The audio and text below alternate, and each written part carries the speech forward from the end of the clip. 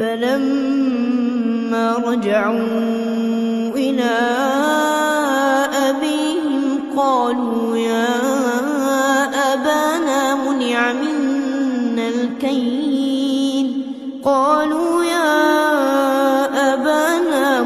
منا الكيل فأرسل معنا أخانا نكتل وإنا له لحافظون.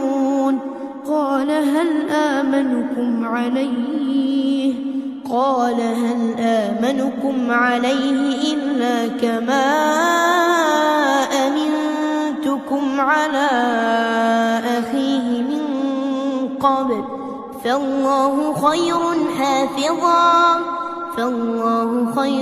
حافظا وهو أرحم الراحمين.